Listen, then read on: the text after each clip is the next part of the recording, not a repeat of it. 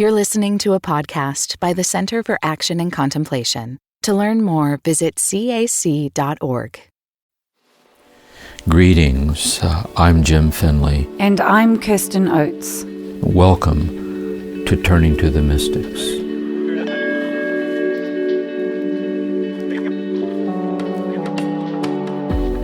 Well, I'm here with James Finley, sitting in his cozy study with Corey from the Center for Action and Contemplation and myself here to launch this podcast series with Jim.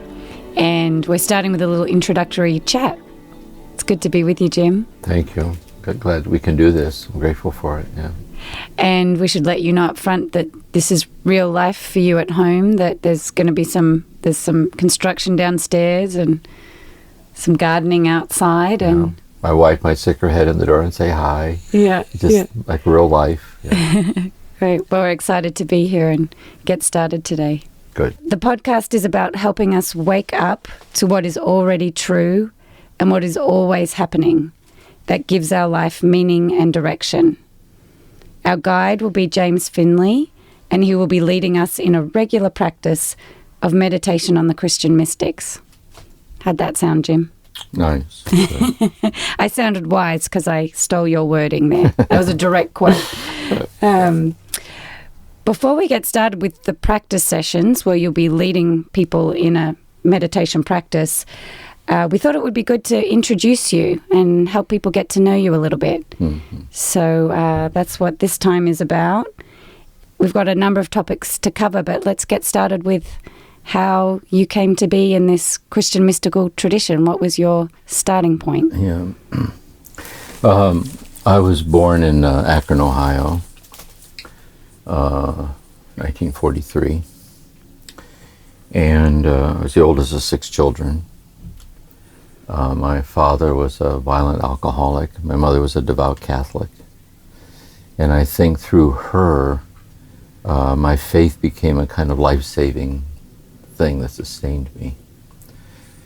And when I was in the 9th grade, this Catholic high school that I was attending, I was a freshman, an instructor in the religion class talked about monasteries. And I'd never heard of monasteries before.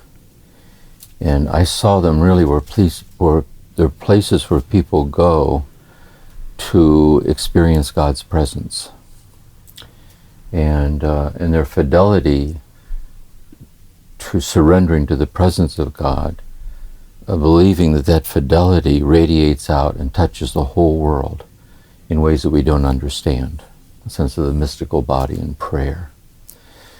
And he mentioned Thomas Merton, and I'd never heard of Thomas Merton before.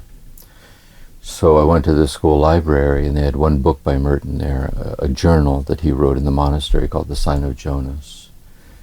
And when I read that, it just had a profound effect on me. He just said very beautiful things about God's presence and the nearness of God and so on.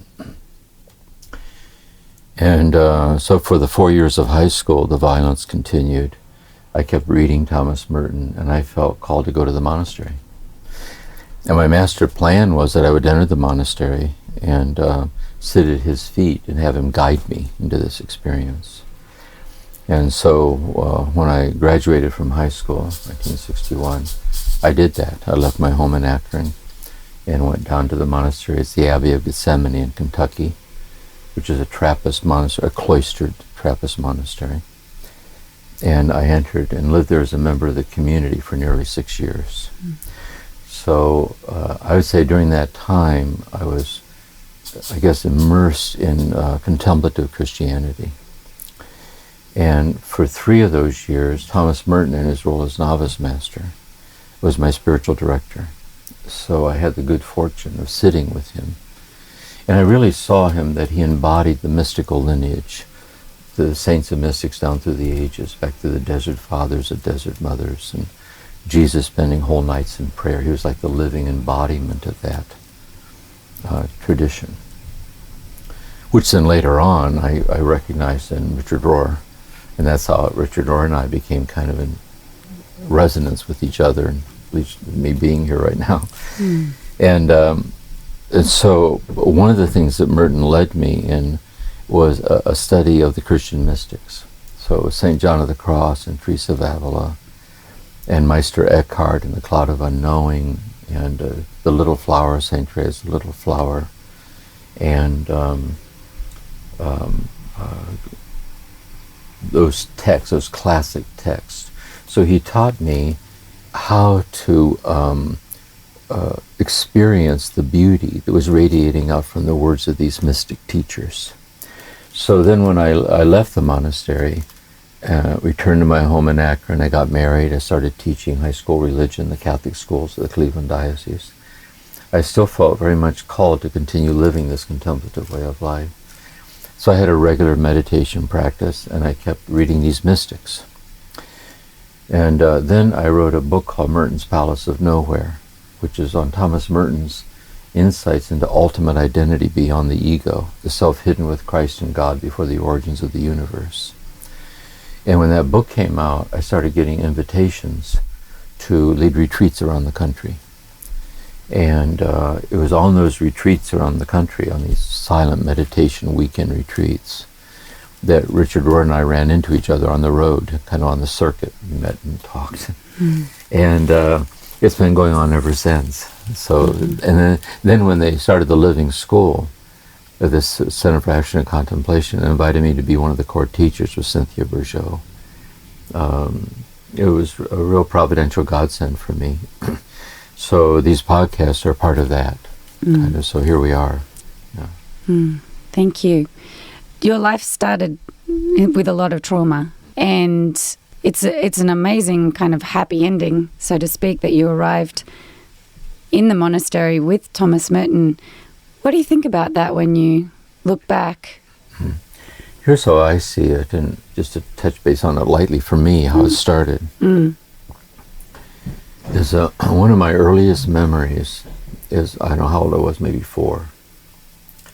I was lying in bed at night, and I was listening to my father beat my mother outside the door. And I remember feeling very sad because he'd hit me earlier that day. And I knew if he wanted to hit me again tomorrow, he would. It was that kind of thing. And so I took my mother's advice, and I prayed to God for strength. And my experience was that God heard my prayer. And in a moment I don't remember, came to me in the middle of the night and took me to a secret place in God my father didn't know about. So the next morning when I got up, the beatings continued. But for me it was much better because my father was really hitting that effigy of me out there that people can see. He didn't know the real me was hidden in this secret place in God. Later when I became a clinical psychologist, I would say I dissociated. And I borrowed my mother's religiosity to provide a framework for that. But I also think that once I sorted that out, the fact that I was dissociating doesn't at all mean that God did not come in the middle of the night and take me to a secret place, because God hears the cries of the poor. So I saw this strange mixture where trauma and transcendence touch each other. See?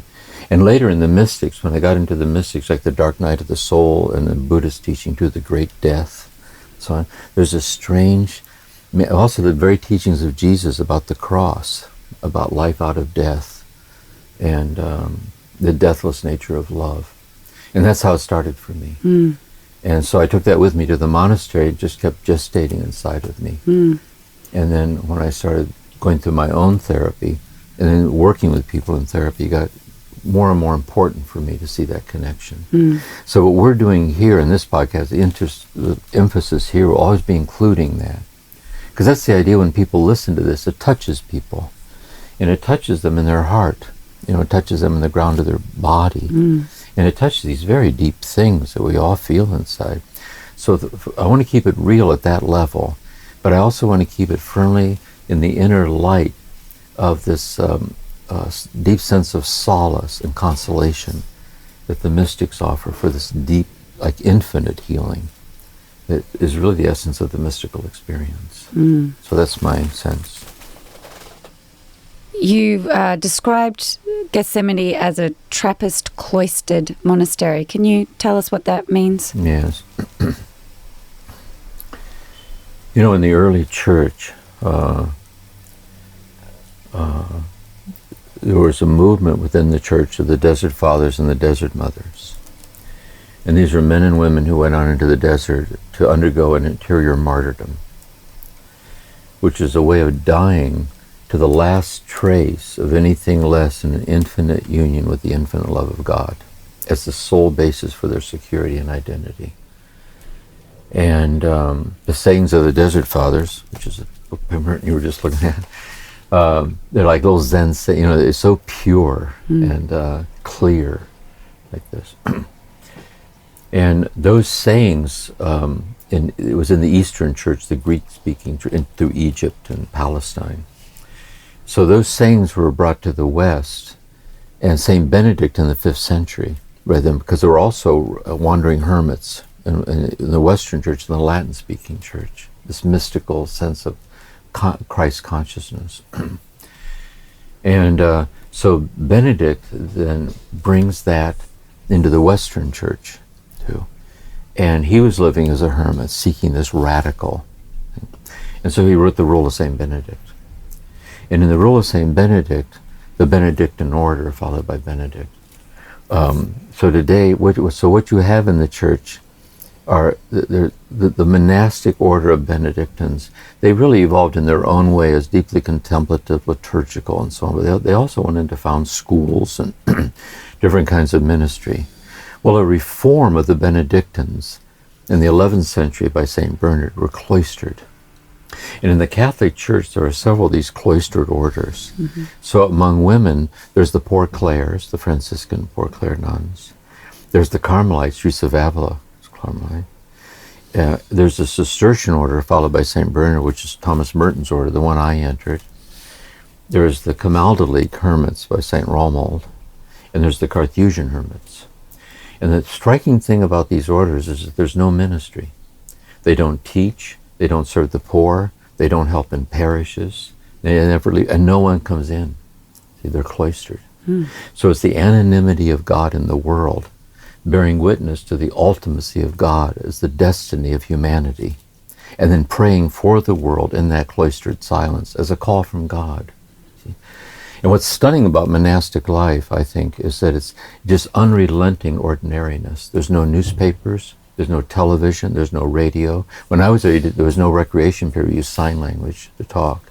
So I didn't speak for almost 6 years. And it's like being in solitude with God in community, like this, undergoing this mystical transformation in God in ways of ministering to the world.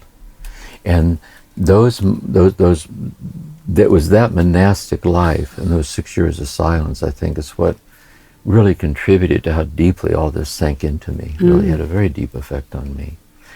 And what's interesting too is those monasteries are very, very similar to Buddhist monasteries. If you go to a Buddhist monastery, the Dalai Lama, these different, in India, the ashrams of India, Sufi gatherings of mystical Islam, the Kabbalistic gatherings of mystical Judaism, there was these communities of like mystical transformation in the world through this deep inner process. So most of these people who come to the fullness of this, which are the mystics, we'll talk about this later, most of them are anonymous. It doesn't draw attention to itself. But some of them are called to be mystic teachers, see? Because they know how confusing it can be to start to feel the stirrings of this inside of you. Thomas Merton once says this. He said there's many people who are called to these mystical dimensions of life, but there's no one to give witness to them, to explain what's happening to them. And so it was in that setting then, this kind of monastic, silent, like got up at 2:30 in the morning to chant the Psalms, went to bed at 7:30 at night. And just ora et labora, prayer and work in silence. And it did a number on me. You know, it just really affected me, changed my life, really. Do you see Thomas Merton as one of those mystics who was called to be a teacher and help with the inner life? Oh, very much so. I remember once when I went in to see him for direction, we were talking about this, you know, this kind of deep sense of God. And he said, once in a while, you'll find somebody with whom you can talk about this. He said, but they're hard to find. And he said, a lot of people don't even know about it. Whether other people know about it, they'll give you reasons so you can put it off till later. He said, but what this place is all about, really, is fidelity to this. One Zen master was once asked, what is the greatest suffering? And the Zen master said, to wear monk's robes without resolving the great matter. See? So you're dressed up in monk's robes, and you've not resolved this great death, like this infinite pure, this realization like this. So he really was, when he wrote his autobiography, The Seven-Story Mountain, went on the New York Times bestsellers list. He went on to write many books. And he really, I think, one of the most significant and most influential spiritual writers of our age, really, within the Christian tradition. Yeah. It would parallel Thich Nhat Hanh in Buddhism, I think, that kind of thing. Yeah. Tell us about when you arrived at Gethsemane. How does it work? Did you knock on the door? Is there what you do is, St. Benedict says in his rule, when someone comes to the monastery, don't let him in, but make him wait out at the gate for 3 days. And so you go to the guest house first, and I had lived in the guest house. And I was interviewed by the novice master, by the vocation director that I've been writing to for 4 years in high school, Father John of the Cross. He was a great guy. And then I met the abbot. I met Father John Hughes Bamberger, who was a psychiatrist who interviewed you for mental health. Because in a way it's a very simple life, but there's no escape from yourself. Do you know what I mean? So there has to be kind of a psychological constitution for kind of resiliency. Thomas Merton once said, he said, the thing about this life we're living is that it's as serious as death. And if you don't have a sense of humor, you won't make it. So they really look for a kind of grounded, humble, ordinary, real kind of groundedness. So I was interviewed by those 3 people. And also, I'll never forget, I went there, and at least when I was there, the guests were up in the balcony, and you looked down into the monks in the choir, in the cloistered choir part, chanting the Psalms. And I heard them chanting Vespers in Latin, Gregorian chant. And you don't even have to know Latin to be moved by, the rhythm of that communal voice chanting the Psalms like that. It's very archetypal and profound, really. And so I entered. And so they shaved my hair off and put this posh. I wore a monastic habit, and I got up at 2:30. You just start. Wow! So you're getting up at 2:30 in the morning. 2:30 in the morning, and they chant the canonical hours of the divine office, and then so it's the chanting of the office is then mingled with manual labor, and study and prayer, and devoted to this contemplative way of life. And so that's what it was. And then Sundays were just like every other day in the monastery, except there was no manual labor. And so you got up at 2:30 in the morning, had all day for nothing, just silence. Merton has this lovely saying, I love this. He's talked about Sundays in the monastery. He says the young monks lean sadly up against walls, asking questions that have no answers. The old monks are silent because they've given up interest in speech. See? You know what I mean? Like what's all this about? Like this infinite nothingness and poverty and prayer. And you take long walks in the woods and sit in the back of the church, take walks in the cemetery. And it was great, really. For me, it was. Tell us about the first time you met Thomas Merton. Well, when I entered, it was a medieval tradition evolved from this, is that there were lay brothers who led a life of manual labor and prayer. They wore a brown monastic habit. And then the choir monks, they chanted the office in English. And then the choir monks chanted it in Latin, and they were studied for the priesthood. And so the lay brothers were a life of manual labor and prayer. The choir monks was manual labor, prayer, and study, like theology, scripture, the mystics, and so on. So when I entered, I barely graduated from high school because of the trauma.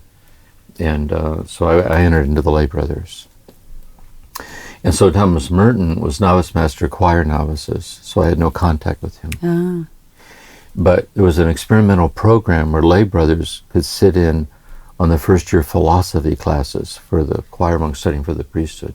So this is Father Daniel Walsh, who taught Merton at Columbia. It was on Thomas Aquinas and Duns Scotus. And for some reason, I just took to metaphysical language. I just took to, so they changed me over into the choir. And so Merton became my director.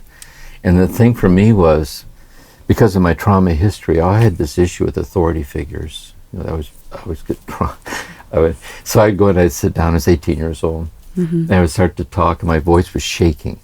And he wouldn't know what was wrong. And I said, my voice was shaking. I said, I'm scared because you're Thomas Merton. And he said to me, and this is brilliant, really. I worked at the pig barn at the time, livestock on the farm. He said, every day under obedience, I want you to come in early from afternoon work before Vespers. I want you to sit down with me and tell me one thing that happened at the pig barn each day. I can remember as soon as he said it, I remember I can do that. And it leveled the playing field for me, really. And he would listen to that, how's sound number 5, how's her foot, how's the thing. And then that opened all this discussion about God, really. So what was so strange for me, and this is the heart of these teachings too, is that here I so wanted him to think highly of me. And I was so embarrassed that my voice was shaking. And he saw that, had compassion on me. Wow. And the brilliance of the intervention that leveled it and opened. And I think maybe later on that really affected my ending up as a psychologist. The power of a compassionate intervention that opens up something for someone to share something vulnerable that lets them go deeper. And I think actually a lot of Merton's teachings are about that. Because he was so in touch with his own brokenness. He was very aware of it. And he says it's through our acceptance of our brokenness that we can get in touch with God, who's infinitely in love with us, is precious in our brokenness. So instead of trying to get over our brokenness or past our brokenness, it's the deep acceptance of the brokenness. It's the meeting place. Really. Yeah. And did he come across as compassionate? Did you feel his compassion? He was very compassionate towards himself and always towards me. He was funny. I mean, he could he saw things as he saw them. He was very direct that way. But he was a very compassionate person. Yeah, I think he was. Someone once said Thomas Merton was a gentle man because God was so gentle with him. And I think he was like that. Yeah. And really this is what I want to get at here, because I think this is at the heart of and really it's the heart of the gospel, too. It's the heart of Christ, really. The thing is that everyone listening to these podcasts, and I say this too as a psychotherapist, having sat with a lot of people, everyone's listening to this in the midst of their situation. And everybody has a little piece of their story that is sometimes almost more than they can bear. And everyone has things about themselves that they can't abide, that they wish weren't true. And I think what I find so consoling about these teachings is the need to be honest about that, to be real about that, but infinitely tender-hearted toward the hurting places like that. And in a way, that's the essence of the teaching. See, that it's the extent to which I accept the depth of my brokenness, that I come upon the depths of God's infinite love for me as precious in my brokenness. And in the Christian tradition, this is called the gift of tears. See, sometimes it's literally tears, but it's the inner weeping of being unexplainably loved without foundations. And seeing that's experiential salvation, really. And that's the teaching of the mystics, is to help us discover that? I would say that the teaching of Christ, let's say the teaching of the good news is this. And the mystical part is that on this earth we experience this, as Paul says, as in a mirror darkly. So our faith is a kind of obscure certainty, or Gabriel Marcel calls it a primitive inner assurance of this deep love. So through the Gospels, through prayer, we live by, this is our faith. And the measure of this faith is love. And so we have our faith, we have love, and we have hope. And hope is that when we die, when death comes, that we will not be annihilated but consummated. And when we cross the veil of death, God's infinite oneness with us won't be mediated through faith. It'll be unmediated divinity. We will be living God's own life as God lives God's life. Because the generosity of the infinite is infinite. And that's our destiny in God. what the mystics are men and women who, through mystical experiences, they're touched by the realization that even now it's that way. See? That even now, down in the deep down depths of things, that God is welling up and giving herself away in and as every breath and heartbeat. See? And when they taste the oneness, when they taste that taste of oneness, see, then in moments we taste that, we're like a momentary mystic. See? And so the mystics are these mystic teachers. They bear witness that it's possible to be habitually established in that oneness. See, instead of a momentary little flash of it, God resting in us, resting in God, and the desire to habituate it. The desire to habituate it can be consummated as abiding union. See? And then those men and women, the mystics, bear witness to it. Then the mystic teachers, such as Merton, they offer guidance to people who feel interiorly called to that. Shunryu Suzuki, the Soto Zen master, says the primary task of the teacher in these traditions is to give witness to the seeker that what the seeker seeks is real. That is, you know your heart has not deceived you because you sense you're in the presence of someone in whom it's been realized. And I used to feel that way when I sat with Merton. I thought, whatever this is that drew me here, I'm sitting in the presence of someone who bears witness that it's real. See? And so then, now that I know that it's real, that I not break faith with my awakened heart, that it's real, then what is the path along which I can abide and live in it and then share that with other people? Turning to the mystics will continue in a moment.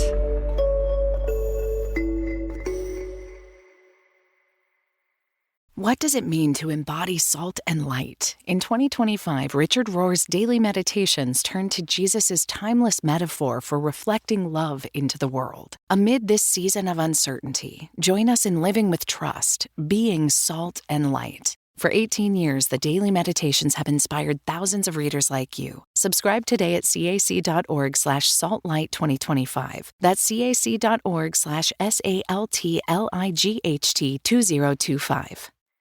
Who was the first mystic you read? I think the first mystic was St. John of the Cross. And how did he impact you? I read St. John of the... You had to get permission then to read a book from the novice master. So I said I wanted to read St. John of the Cross, The Dark Night of the Soul. And I remember walking out in the woods and I sat beneath the tree open. I'd never read this before. And here's an example of what St. John of the Cross says. He says, what happens, he says, God's he compares God to like a heart, H-A-R, like a little deer. And he said, God, this infinite love of God rushes out and wounds your heart with love, and then dashes off and leaves you with a love wound. See? And you're walking around with your love wound, and just when you least suspect it, that love rushes out again and touches the love wound and makes it deeper. And he said, the one who's wounding your heart with love knows where the most sore place of the love wound is. It goes right there and makes it deeper. And he said, then you cry out, it's not fair that you do not carry off this heart that you have stolen, that I live not where I live. See? And when I read that, I was sitting out in the woods. It just it was too beautiful not to be true, and I thought, it's just such a gift. There's people like this who say things like this. And they say it not out of hearsay, they are that. John of the Cross was my first person, and I've been reading him all these years. He's just really so beautiful. And how did Thomas Merton help you process the mystics? What kind of questions was he asking you? How was he helping you?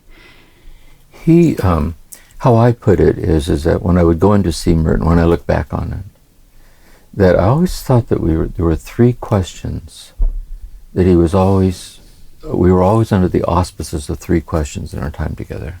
The first question always was, and he would literally say this, is he'd ask, how's it going? And what he wanted to know was, what's it like living in here? Like, what's it like waking up at 2:30 in the morning? What's it like chanting the Psalms? What's it like walking in the woods? He said, because we've come here to live. See, that's why we've come here to live. And so talk to me.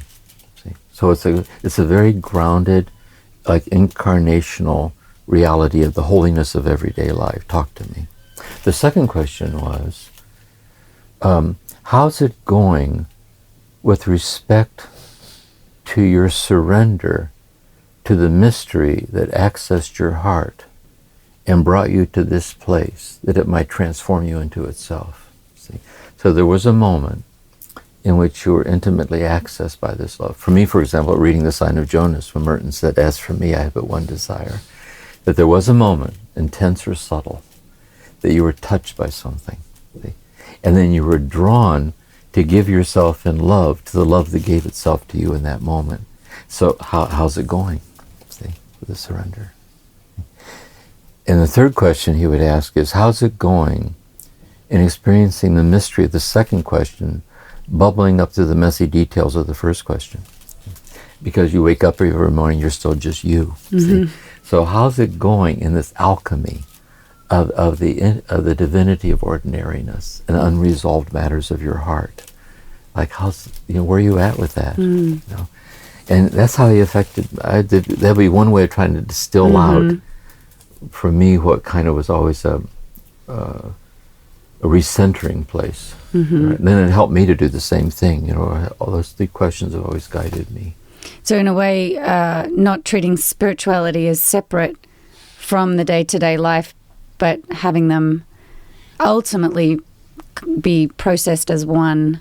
Yes, exactly. And that's another big thing with these mystics. Really, Merton used to say, "Is there a Christian in the house?" You know, like, raise your hand.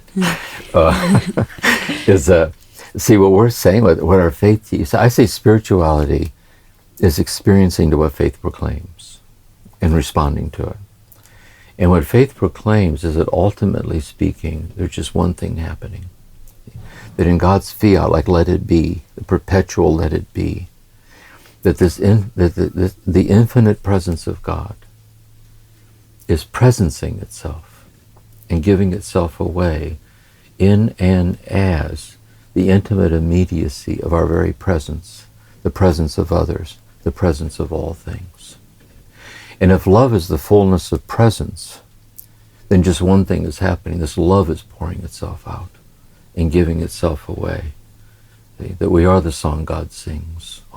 And this is so radical that if God were to cease loving us into the present moment at the count of three, we'd disappear. Because we are nothing, absolutely nothing, apart from the love of God. And likewise, if God would cease loving the universe into existence, the whole universe would disappear. See? And that means that our very nothingness without God makes our very presence to be the presence of God. And that's the mystical experience. See, that's true. And we get little echoes of it as in a mirror darkly, in intimacy with others, through art, through poetry, through prayer. But what the mystical experience is that the depths of God, by the generosity of God, has been given to me as the depths of myself. And that oneness is God's infinite identification with me, with his own life, and my nothingness without God. And that's spiritual experience. Then once I've tasted it, because love is never imposed, it's always offered, then I have to freely give myself to the love that gives itself to me. And in the reciprocity of love, then destiny is fulfilled. And that's the story of our life, I think. That's why I'm looking at it. The real story of our life is, where are we at in the reciprocity of love? Yeah. At one level, it sounds so simple. At another level, it's so deep. Exactly. What I think it is, how I put it, in these grace moments where we experience it, when it's actually happening, it's too self-evident to doubt, because it's a moment of awe, or it's like amazement or wonder. It's too self-evident to doubt. It's too deep to comprehend, and that's what makes it numinous. Like you're take off your shoes, you're on holy ground, and the holy ground is your life, And then Merton would say, then having been awakened by it, it's asking something out of you. See, like, where are you at with that? Which is the gospel, I guess. Yeah. Tell us, did you have a moment like that in the monastery that you're describing, that kind of a graced event? I did. I had a number of them. The main one for me was, which was very life-changing for me, really, is Merton was a hermit. He was moving toward being a hermit at the monastery. And my plan, had I stayed, I wanted to be a hermit, live alone in the woods, living this. And I got permission from him to go to an abandoned sheep barn and spend several hours a day there in the loft of this sheep barn. And one day I was up there in the barn, in the monastery, and I was reading the Psalms. And I remember it was very hot, Kentucky, in the loft of this barn was very hot. And I was walking back and forth reading the Psalms, and all of a sudden, there was this vivid awareness that what we think is the air is God, literally God. And that I was walking back and forth in God, breathing God. And the God that I was breathing knew me through and through and through and through his compassion. So there was no images, there were no emotions, but it was like absolute. It was just like absolute and radical. And I walked over, I went over to Vespers that way, breathing God. I went to bed that night. And I walked around like that for 3 days. And on Sunday, we were allowed to walk in the woods on the other, it was all woods, but we were allowed to walk on these other woods. And I was walking out along these woods, this place I would go, breathing God, and I had a copy of John of the Cross with me. And there was a leaf hanging out over this it was a little path through the woods going up to this little lake. And I reached out and I touched one of the leaves on the tree. And I looked up in the sky and there was one cloud in the sky. And I said out loud, it's one. Like the God I was breathing, the leaf I was touching, was all infinitely unexplained. It was like absolute, and it changed my life, really. So, it's so, I don't know, it's hard to explain it, really. And that's where I felt then, when I read John of the Cross, I felt the cadences of their voice were the cadences of that. See, they were like, it's more like listening to music and being drawn into. If we calibrate our heart to a fine enough scale, it's already happening. I use this example that if you have a radio and you turn it on, there's just a hissing noise. But if there's a dial on the radio where you can calibrate the receptive power of the radio, music fills the room. I think our hearts are like that. We're always waiting for some great big thing to happen. But if you're sitting and you're vulnerable enough, one breath, really, the person you live with every day comes walking into the room, where you're reading your child a good night story, where you're up alone in the night, the simplest of moments, it can, it's just like that. But the essential never imposes itself. The unessential is constantly imposing itself. And so we have to choose to surrender to the non-impositional intimacy of the essential. Because the world comes crowding in. Yeah. It overtakes us. We don't live in a world that's conducive, quite the opposite, really.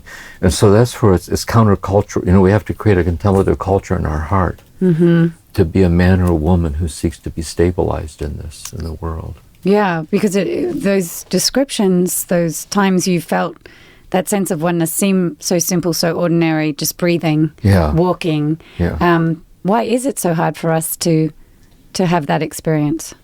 Well, I mean, it's the mystery of it, really. See, I think here's one way of looking at it is this. See, we could say that our ego, we could call it our ego, is our human experience. So it's our self-reflective bodily self in our day-by-day life with others. And that God wants us to have a healthy ego. Because if our ego isn't healthy, we suffer and other people suffer. A lot of psychotherapy is the healing of the ego. And so it's in my ego consciousness, my humanity, that I come upon within my ego, which transcends my ego, which is this experience. Then my ego, having been awakened to what transcends itself, then has to surrender to that, which means it has to give up its claim in having the final say in who I am. And it doesn't easily give up that claim, especially if we've been traumatized. Because is it possible to be vulnerable and safe at the same time? Is that possible? So there's a kind of a self-sustaining guardedness, a hypervigilance that we watch over. And love is asking out of us, see, how do we very respectfully lean into that surrender like that. And I think that's spiritual direction. I mean, that's what makes us so intimate, I think. And how did you, so after you left the monastery, how did you maintain that fidelity or that surrender how did you stay on the path? Well, I came out, I was still traumatized, really. I never worked through my trauma when I went in. And so I moved back in with my parents. And 3 of my brothers were in Vietnam. My oldest sister had gotten pregnant in high school, and she was left. And I moved back in, and listening to my father beat my mother downstairs. It was really amazing.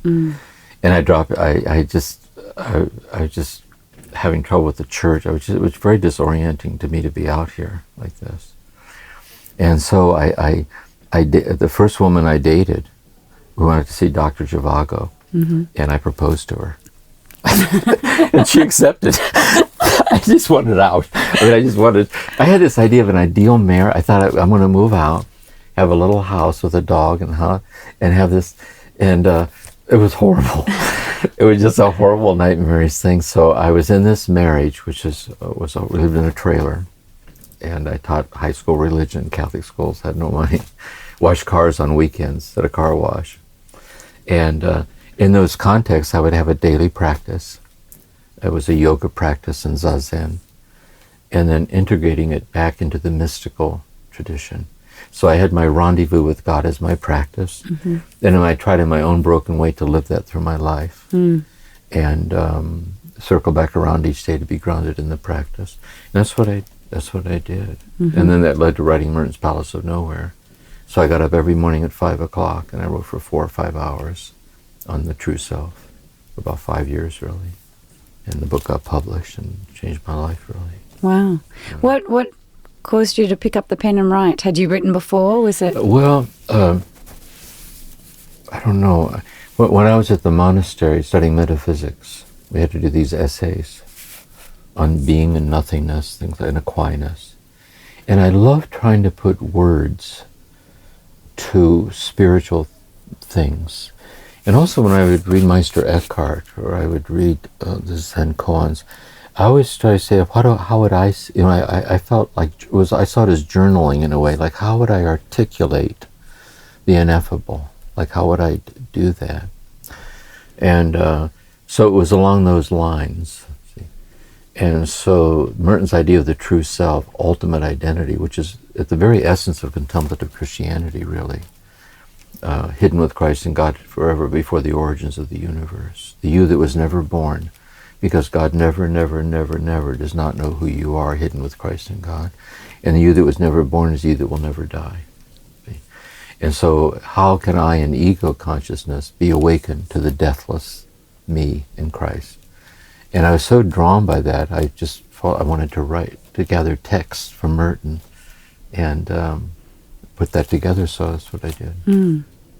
And it sounds like you dabbled or committed to other religious paths as well? Or? Well, what happened with me is when Thich Nhat Hanh came to Gethsemane, Merton saw this. Merton, he wrote a letter to D.T. Suzuki, the Zen scholar. And in Zen, there's these koans, like parables, a story where an enlightened master is in a dialogue with someone, and in the dialogue, the person's enlightened. So Merton wrote a letter to D.T. Suzuki. He said, when I read these stories, these Buddhist stories, he says, something leaps off the page at me and says, this is true. And I don't even know if I, as a Christian, could dialogue with you as a Buddhist about the common ground like this. So it was in that sense I began to see these traditions like the underlying unity that pervades and transcends the distinctions between, it respects the traditions and transcends the traditions. And so the mystics in each tradition recognize each other. This is why the Dalai Lama, when he was with Merton and Thich Nhat Hanh, they just immediately recognize each other, each respecting like different dialects of divine, different things. And so I felt very drawn to that, really, to yoga, to deep yoga, like the Yoga Sutras, and then mostly for me to Buddhism, and then later on to Rumi. And then back to Christianity eventually? Yes, what happened is that when my wife and I would go to Maui every year, this same place every year, it's right on the water, and we were there in Maui, and she called me out on the lanai, and I came out, and there was I looked down, and there was a school of porpoise coming in toward the shore, like coming out, coming like this. And there was a little girl on the shore right under us, like clapping her hands, jumping up and down. And their parents were behind her taking her pictures, like an idyllic moment, And someone like 4 lanais down put his head around. He said, "Turn on the TV. They just flew a plane into the World Trade Center." And you know how they showed it over and over in slow motion? I shouldn't have watched it. Traumatized me. And they shut down the airport. And my mother died the next day. She died the next day.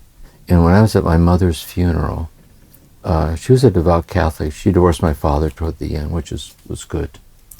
And the pastor gave this beautiful sermon of eulogy about her. And I came back to St. Monica's church here, the church I was at. They were having a healing service. I was watching. They were coming anointing people with oil. And I sat in the back. I said, this Catholic church of mine, what a hypocritical, patriarchal, condescending, self-righteous, beautiful, tender, mysterious community this is. And I came back into my Catholicism, and I brought the Dharma in with me. I found these voices of God in these other traditions enrich my own discipleship, I guess. And that's what it's been for me. Jim, tell us about your life today. Like, what's it like for you, being you right now? What's your daily practice? Well, I'm 76 for starters, and my wife's 77. And as you get old, the landscape changes. And my wife's suffering from some fairly serious, ongoing issues that compromise her. And I'm walking that walk with her. And then I look at my own things I'm going through physically, and just lack of energy. And I look on aging as the divinity of diminishment.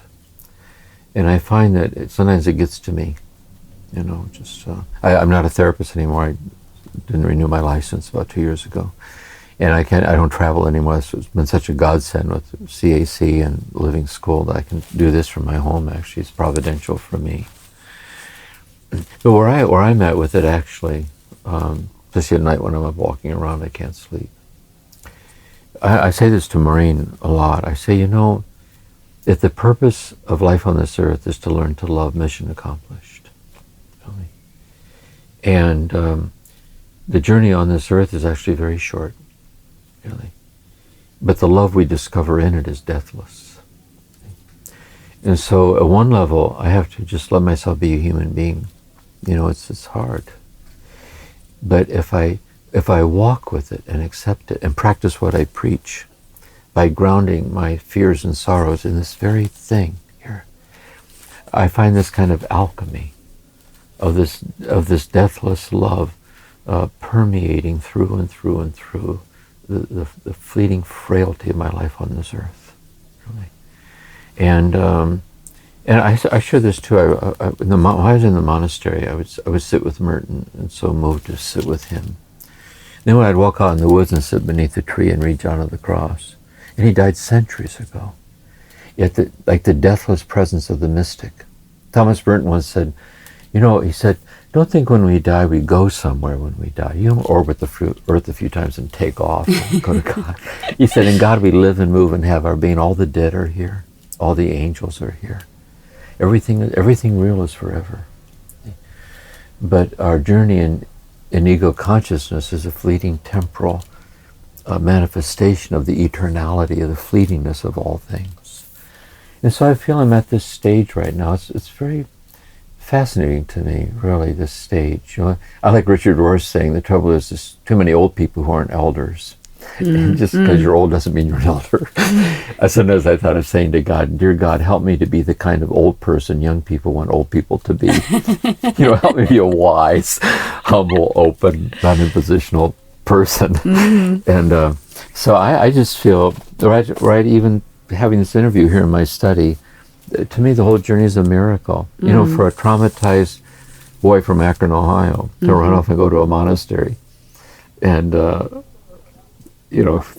one cul-de-sac after another. That's how I think about our life too. You look back, insofar as you're touched by what we're talking about, You look back at your own life on how it came to pass, that you become the kind of person who's able to hear these things and the way you're able to hear them. You look back over your own life on how has that come to pass. You couldn't have planned it if you tried. You could not have planned it if you tried. Merton once said, the next time you receive the Eucharist, you should realize someone's taking perfectly good care of you. And I would say, insofar as we hear words like this, I think this is God, actually. And God who's begun this work in us will bring it to completion. And so that's how I experience it. I have a simple rhythm. I write 6 hours a day. I let living Maureen sits with me. And then in the afternoon I tend to chores. And we sit out on the porch at muffin hour and look at the ocean. I have a glass of wine and I journal. And we go to bed by 7 o'clock. And it's a nice life. It's a sweet life. Yeah. That encouragement you just gave, or invitation you just gave, about looking back over your life and recognizing where God has been taking perfectly good care of you. This is the idea that the mystics are helping us to be present to our own life and experience the deeper sense of our life and our connection to God. It is one caveat with this. As true as this is, and it is true. It is true. But it doesn't mean when we're suffering that we're not really suffering. It doesn't mean that the risks aren't real. It doesn't mean by human standards not everybody makes it. Matter of fact, many people don't. Really. And so there's the raw reality. And see, there's a way we don't transform trauma.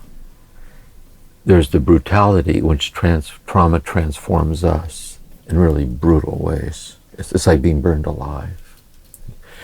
But it's not just terrible. See, God writes straight with crooked lines. And out of the suffering deeply walked with patience and courage. And the givens out of it, the miracle arises. See? Otherwise, you just look out at the world and you just turn on the evening news. How are you going to take all that in? If we don't somehow believe all this is somehow grounded in something, and then I'm invited to or called upon to play my part in it. In this, it's just given to me to do so in the place where I live, with the person I live with, the people I work with, and that radiates out, and that's the way, I think. So no promises that this podcast is going to relieve us of all suffering. It will not. No, I can make you a promise. Here, really, I want to say, if you had any hopes that by listening to these podcasts you are going to be delivered, I don't see it happen. I just don't. I share this story about myself. When I did the sitting group at St. Monica's Church, it was upstairs in the parish hall. And I would work on one of these talks like I want to share on the podcast. And a half-hour talk, and we do an hour of sitting practice. And so one week, I would work on a year on one mystic. So one week I was working on this talk, I think it was Meister Eckhart, I don't remember. And I personally thought the talk was particularly profound. I thought it was really, this is a good one. And when I got to the church, I realized I forgot my brilliant talk at home. And so I only had 30 minutes before the group started. So I tried to find a room to sit down and scribble out what I could remember. And all the doors were locked, so I had to sit on the floor at the end of a hallway on the back of an envelope writing out what I could remember. And as I was walking up the stair, all the people were coming up for the sitting, about 100 people or so. And as I walked up the stairs, because that happens to me all the time because I'm dissociative from the trauma. And I said to God, I said, I just wonder, am I ever going to get my act together? And God said interiorly inside of me, he said, I don't see it coming. I don't think you're going to get your act together. He said, I just don't see it, to be honest with you. You're kind of die kind of whacked out guy. And that's what the teachings are about. You know what I mean? And look how someone, if you're like a dying loved one, really, they're so disarming, in the transparency of their beauty, in the presence of what's happening to them. And likewise, this is what little children are so disarming too. So there's that in all of us. We always try to pose and posture and cover it up. And that's the sadness of it all. If we could let ourselves be grounded in that and then live our adult life out of that, I know the world would be a better place. Who do you see as the community that you're hoping to build around this podcast? I see it as an extension of the sitting group at St. Monica's Church, and And really, the contemplative silent weekend retreats I've given all over the United States and Canada for maybe 30 years now. And really now maybe 6 or 8 times or so in Europe, starting through the kindness of Carolyn Mace first in Avila, Carolyn with Teresa of Avila, but then also in Norwich, England, with Julianne of Norwich. And so all over the world people gather, and it's always the same. There's a kind of a communal sincerity of people who are searching for ways to deepen their experience of and response to God's presence in their life. And I'm speaking out of the Catholic tradition. I'm speaking out of this Christian tradition, but open to all the traditions. And so I hope what people might possibly find here is words of consolation, and also words that will not compromise the radicality of the mystic way. And by making it true to its radicality, will make it strangely accessible. See? That's the thing, really. See, and I think that would be my hope. I also would encourage people, if they keep listening to this, to be patient with it, because this way of talking, it's a non-linear kind of poetry and blank verse that sustained exposure to brings about the realization of what the words are about. And so that would be my hope. And then also in the resources we're going to give them about the text, where they can read it for themselves, and related resources. This might be a way for them to emerge into this stream of these wisdom traditions. So Jim, I'd like to pivot and talk about life for you today, how we got to know each other, and your involvement with the Center for Action and Contemplation. So could you start by sharing about how you got involved with Richard and with the center? Yes. When Merton's Palace of Nowhere came out, and so every other weekend I was flying around the country leading silent meditation retreats in the United States and Canada. And because I was very aware of Richard Rohr's work. And we just randomly, it just so happened once, we were at the same retreat house at the same time and talked. And people were also telling me that he was telling people that he really liked Merton's Palace of Nowhere, encouraging them to read it. So I think we developed a kind of a mutual friendship with each other as teachers, as spiritual teachers. And he had me come once to CAC and give a weekend retreat there. So I went and I did that. So then the next step was I was invited to speak at one of these big conferences, and that he leads in Albuquerque. And so I went and did that. I think the first one I did, I think it was Jesus and Buddha. And those are great experiences. It was really lovely. And then I think the next one was Intimacy, the Divine Ambush, John of the Cross, and then there was a third one I can't recall right now. So anyway, there were several of those times I was invited to be his guest speaker with him in Albuquerque. Then what happened was that there was a retreat, and I think in Assisi. And in Assisi is when they were going to announce this idea of this living school, that there would be this program where people could devote their lives to commitment to a contemplative practice, the reading of the classical texts of the mystics, and then letting that embody a form of service to the world. A non-academic program, personal enrichment, and the transformation of the world. And Cynthia was there with Richard in Assisi. And shortly after that event, which I knew it was happening, I got a phone call, I think it was from Richard, inviting me if I could be one of the core teachers with Cynthia. And Cynthia knew of my work too, because she was at one of those big conferences that I did on Intimacy, the Divine Ambush, I think. Mm-hmm. So she was very aware of my work. So right away I said, yes, do it. And the reason I did it was I really saw that Richard Rohr is doing as a Franciscan in the world, what Thomas Merton was doing as a Cistercian in the monastery. That is, he was carrying forward contemplative Christianity into today's world. And it was such a natural fit into what I'm about and how I live my life. It was just a perfect fit for me. Mm-hmm. And so that's how it came to pass that I ended up being a core teacher in the Living School. Mm-hmm. Yeah. Mm-hmm. And Cynthia Bourgeot is who you were referring to there. Yeah. And the three of you launched the Living School about 7 years ago now. I believe so, yeah. Yeah.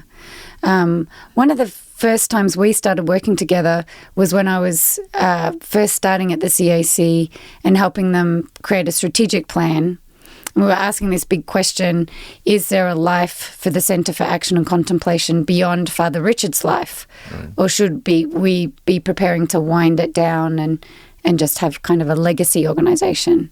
And we were asking audience members of the CAC and teachers and others in the landscape about how they'd been impacted by the organisation, by Richard's teaching, and if they thought there was a role for us. And you had one of the most impactful answers, and I wonder if you remember how you answered that. You know, I said, to my mind, what I was comparing this to in my mind is, say, when St. Benedict was living in the 5th century, and he was one of these deeply contemplative people, had a profound effect on people, and people gathered around him. And so when he wrote his rule, he wrote a legacy that would carry forward what people saw he embodied, so that by the following of the rule, and so you have the Benedictine. Same with Francis, lineage. So I thought if we look on Richard Rohr in that way, that he's someone who providentially has touched many, many, many people. And knowing, just like all these teachers, he's moving on. By the way, so is James Finley moving on. Mm-hmm. We're all moving on. And therefore, how would we carry forward this lineage, which is really, Richard embodies it, but it's not about Richard. You know, Richard embodies it in his obediential fidelity to it.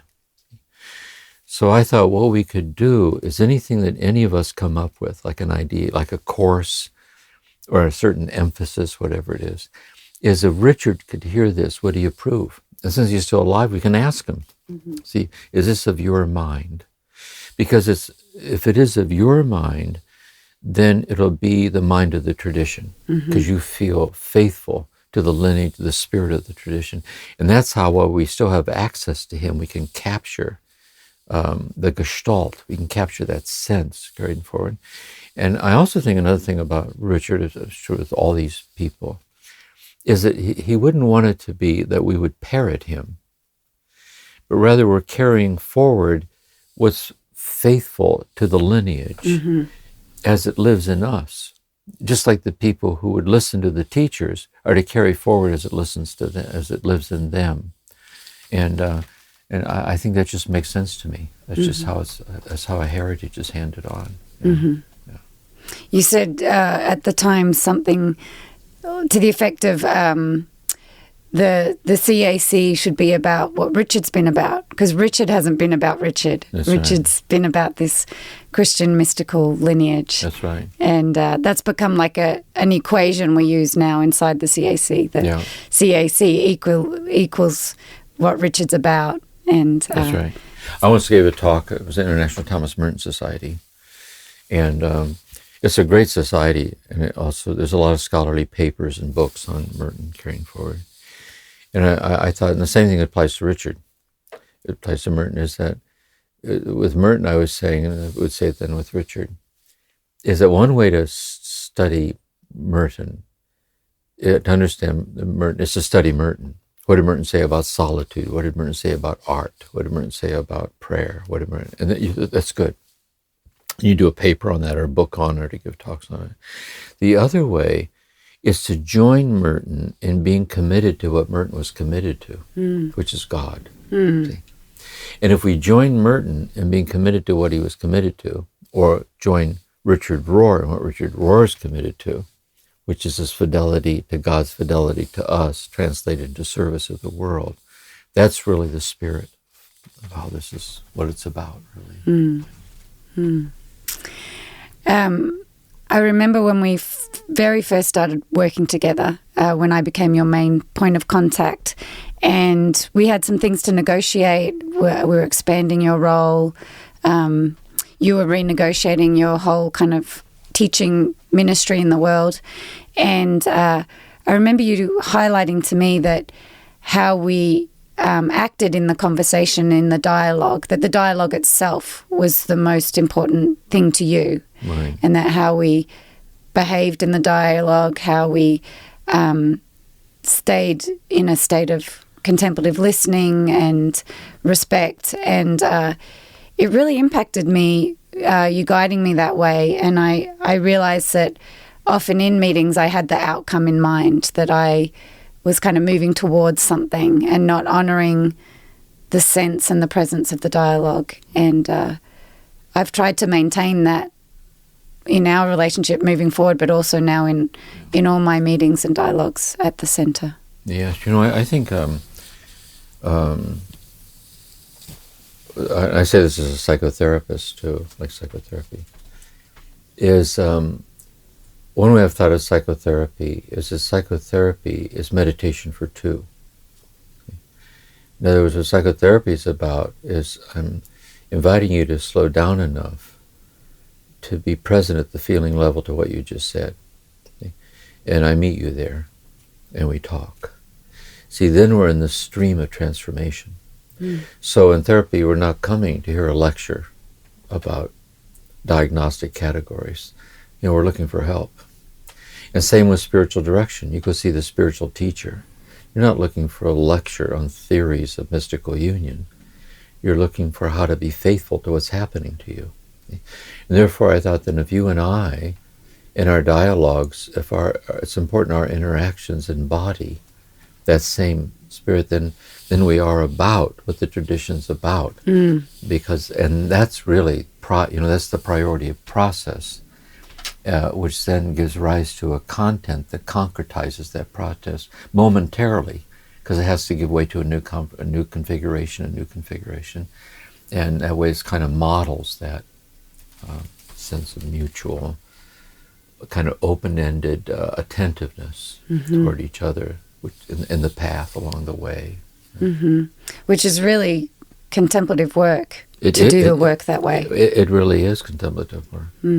See, and I also think, and that, likewise I would say with these mystics we're reading, say Merton or John of the Cross, when you really think about it in a way, Merton is inviting you to join him. Merton says, with God a little sincerity goes a long, long way. So in a way, he's inviting you to meet him. See, and as we listen to words, that helps us listen more deeply to ourselves. And so the reading becomes this very kind of encounter that we're talking about here, like heart to heart, like longing for longing, like that. That's it, yeah. Thank you. Moving out of the professional sphere, so prior to me working for the CAC, you were already my teacher. And I wanted to share a story about when I first joined the Living School as a student. And the first thing you do at the Living School is you go for a week-long symposium with all the other students and the teachers, and it's in person, whereas the majority of the teaching's online, so it's a big in-person gathering. It's really exciting. I showed up to that Living School symposium in what, not feeling great. I would describe it as kind of a depression or a dark night even. I hadn't been able to have children in my life, and I was just struggling with the way that had been impacting me. I felt isolated from my friends as they were all having children, and their social structures were really evolving to be around the kids. So I was not able to join them in that, was not being invited into that. So it was really difficult. And then just my own real disappointment in not being able to have that experience, and then some of the disappointment from my family, trying to live with all of that. So I came to the Living School feeling really down, but hopeful that I would get the word from a word there or something. Anyway, so that I was there the whole week, and the Living School finished, and I hadn't gotten it.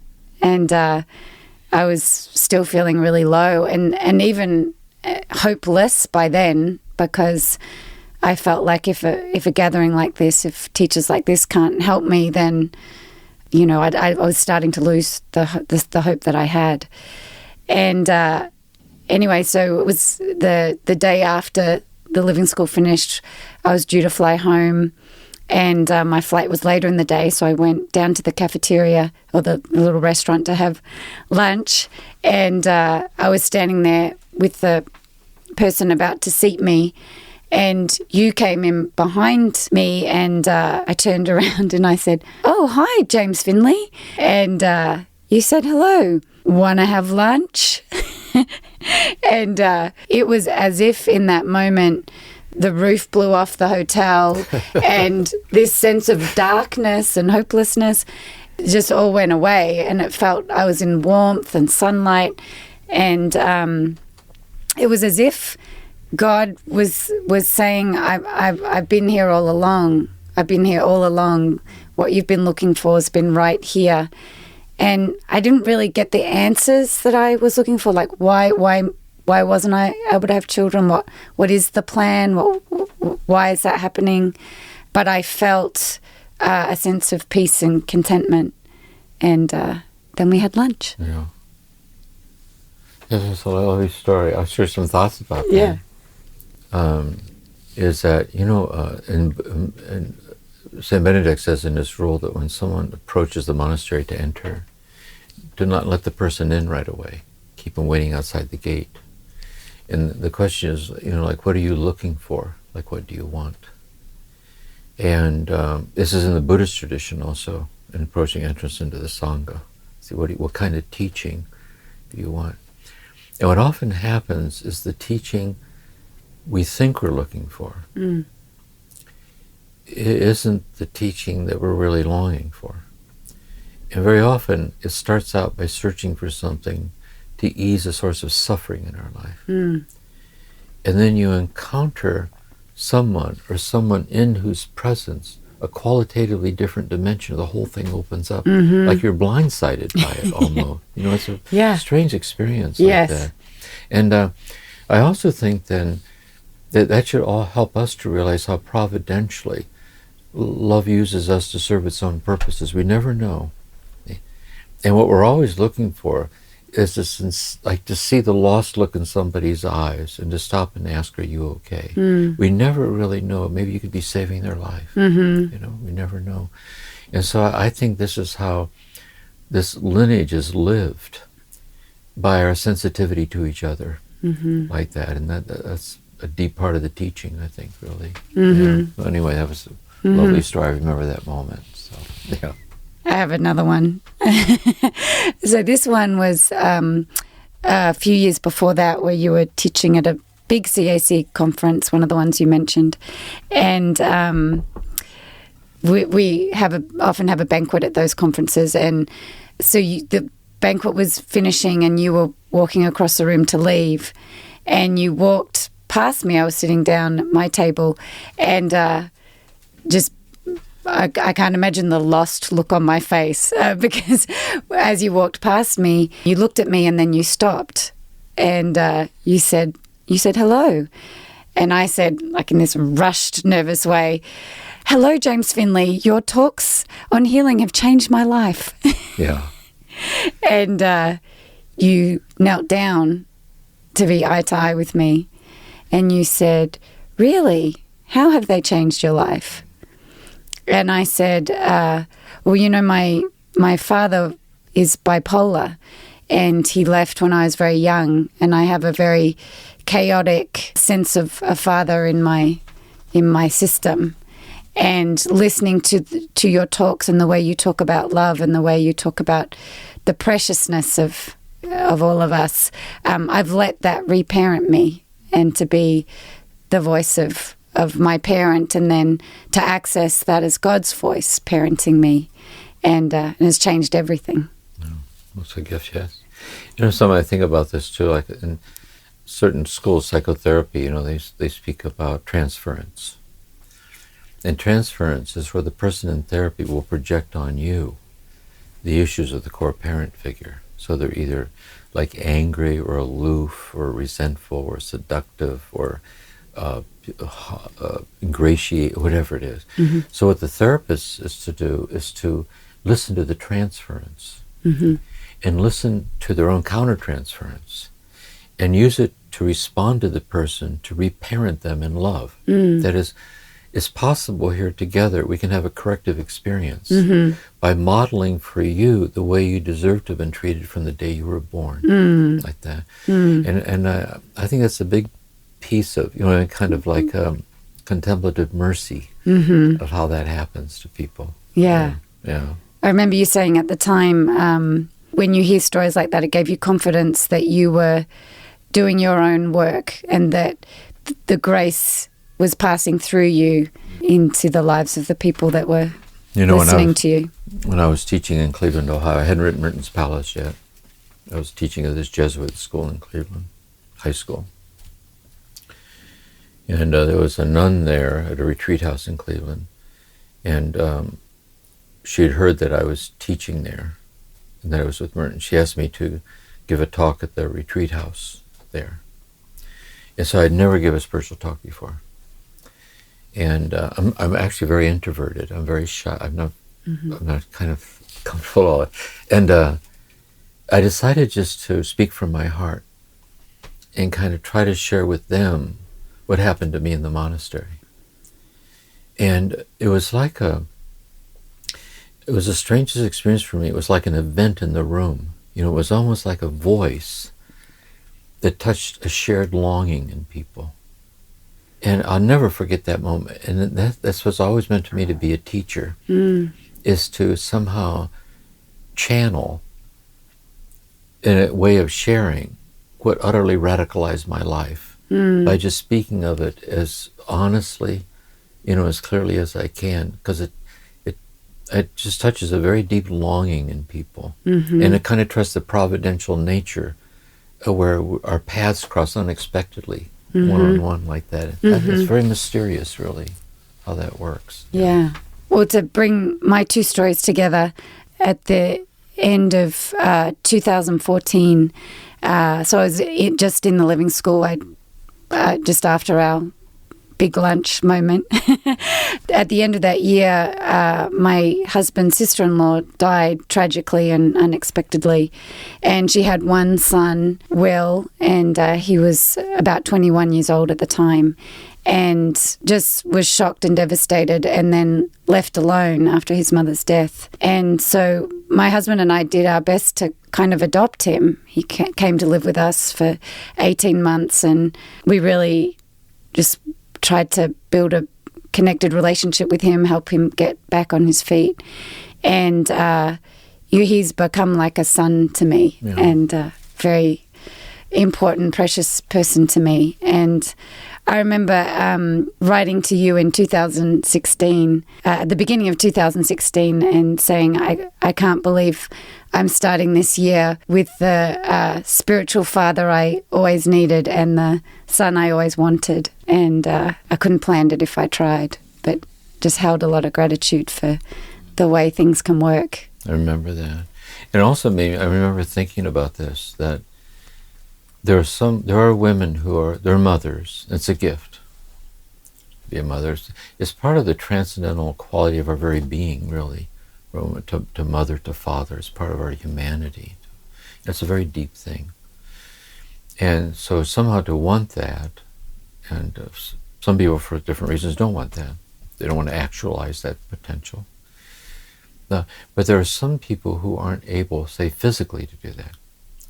And then providentially, the maternal reality unexpectedly grants itself, like you with Will. And all of a sudden, in a very real way that's as real, which is really the depth dimension of if a person was physically your son. And some people, that maternal grace can be more deeply realized like that. And I also think that's a mystery of, I know celibacy is problematic and complicated, but I do think the idea of the charism of celibacy, like in the Buddhist tradition and the Catholic tradition, it really is that there's this kind of a sublimated a prayer energy in which one fathers or mothers people, you know, in a kind of very powerful way, pass on. And it's always a grace when that happens. Yeah. Once when we were meeting for breakfast, you told a story that I've always remembered, and I'd love you to tell it,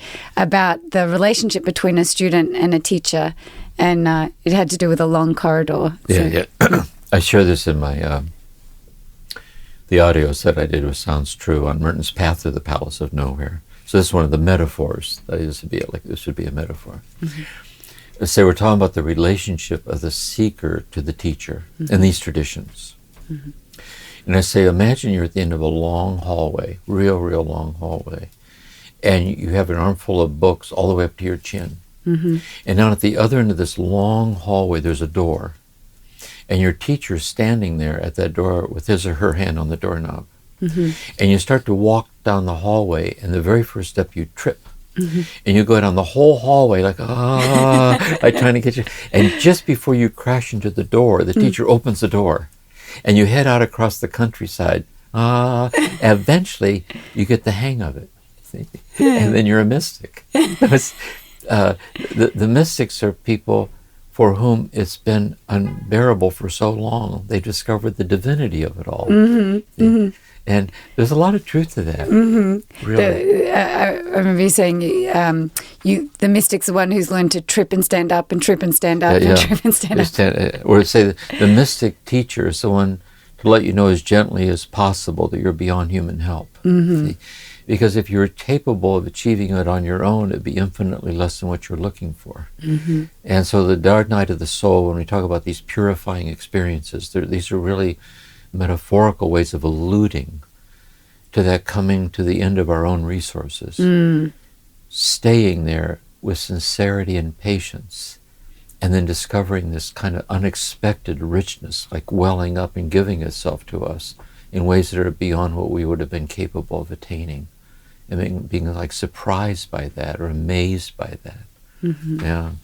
One last thing I remember is when I started putting these stories together for you in one of our dialogues around that first time we met at the conference, and then the living school, and now we're working together. And I remember you saying, I hear these stories and I think, who is this James Finley that she's talking about? And can you expand on that a little just bit? in this sense, I think in stories like this, in other words, I see really what people are responding to. Really, they're kind of responding to what I responded to when I met Merton. That they're really responding to that, and it's real. I mean, I just live this way. But the point, and this is the point for them too. But I live here in the concreteness of just being a human being trying to get through another day. So I'm 76 years old. My wife's out in the living room, 77. She's seriously ill. And I live in a daily fragility and the unraveling of things. And that all this is, I'm not exempt from the human experience, the suffering and death and loss. And so my participation in the ordinariness of the human experience is I'm being asked to walk the walk, as I'm being asked to, the sense of God is a presence that spares us from nothing, even as God unexplainably sustains us in all things. That I'm to be unexplainably sustained in the midst of unravelings that I can hardly deal with. And that somehow if I do that deeply, that somehow this is as precious, and as trustworthy as the day I was born or the day like that. So I think this is where, eventually for anyone who is for other people in this way, that the authenticity of the teaching comes out of the authenticity of their lived vulnerability to themselves as an infinitely loved, fragile human being. And I think that's the teaching. Yeah. Well, thank you for your teaching, and we're so excited to have this podcast with you, and look forward to all that it will bring. Thank you, and I'm grateful too that now that I'm at this place where I can't travel anymore. So it gives me a providential way that I can share these teachings with people, here from my home. And so I'm kind of amazed and grateful for that too. It's kind of so, utterly unexpected to me, so I'm grateful for it. So, yeah, win-win all the way around. Yeah. Thank you for listening to this episode of Turning to the Mystics, a podcast created by the Center for Action and Contemplation. Please consider rating it, writing a review, or sharing it with a friend who might be interested in learning and practicing with this online community. To learn more about the work of James Finley, please visit jamesfinley.org. We'll see you again soon.